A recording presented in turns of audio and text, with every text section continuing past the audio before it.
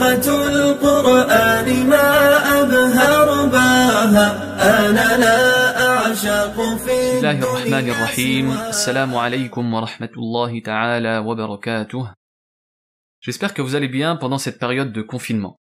Comme vous le savez, c'est bientôt le Ramadan et malheureusement on n'aura probablement pas la chance de prier derrière notre récitateur préféré.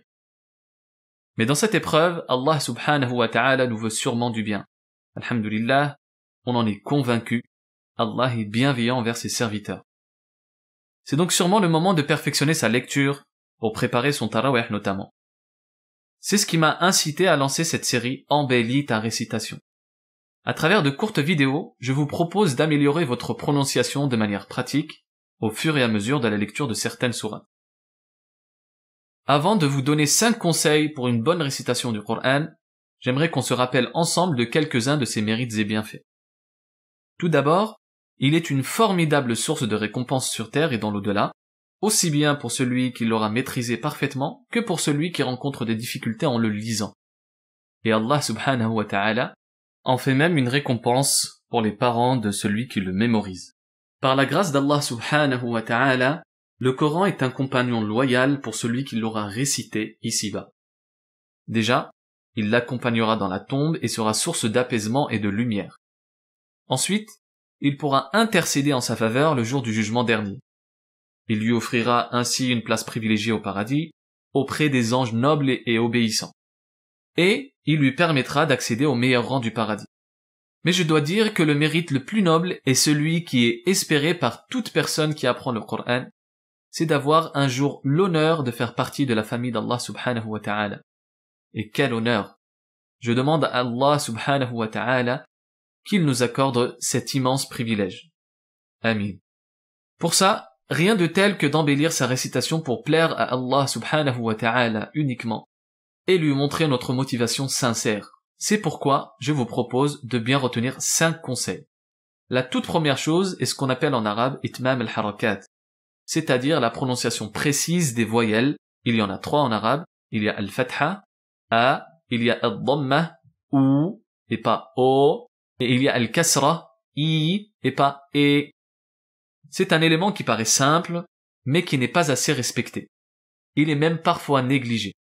Le deuxième élément, c'est la maîtrise des points de sortie des lettres, ce qu'on appelle makharijul huruf. Sachez qu'en arabe, les lettres ont différents degrés de sonorité. Certaines sont tout le temps emphatiques, ce qu'on appelle al-huruf al-mufakhama. D'autres sont tout le temps amincies, ce qu'on appelle al-huruf al-muraqqaqah. Et d'autres ont l'une ou l'autre des qualités en fonction de leur emplacement par rapport à d'autres lettres ou voyelles. Il faut donc s'assurer quand on prononce un mot qui contient différentes lettres que la sonorité de chaque lettre soit bien respectée. Par exemple, ne pas amincir une lettre emphatique. Le troisième élément qui est en lien direct avec les 2 premiers, c'est le fait de n'utiliser les lèvres que pour la voyelle ou, c'est-à-dire la dhamma, et pour les lettres waw, ba et mim. Pour vous faciliter la tâche, rappelez-vous de bien pousser les lèvres en avant pour prononcer la dhamma et le waw. Au début, essayez devant votre miroir pour vous aider. Le 4e point concerne la runna, c'est-à-dire le son qui sort de la cloison nasale. Il est important, pour une récitation claire et épurée, de veiller à n'utiliser le nasillement qu'à 2 endroits.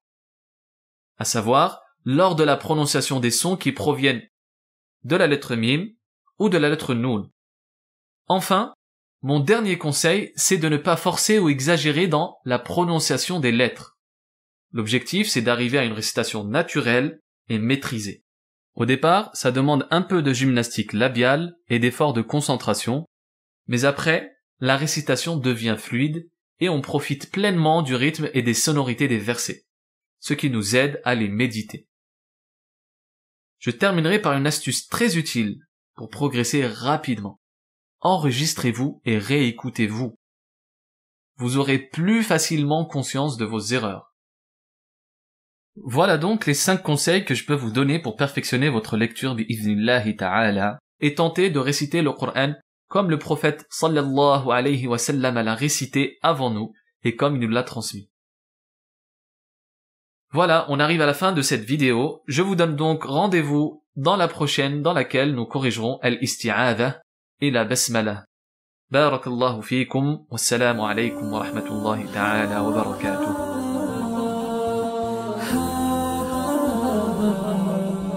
حلقة القرآن ما أبهى رباها، أنا لا أعشق في الدنيا سواها.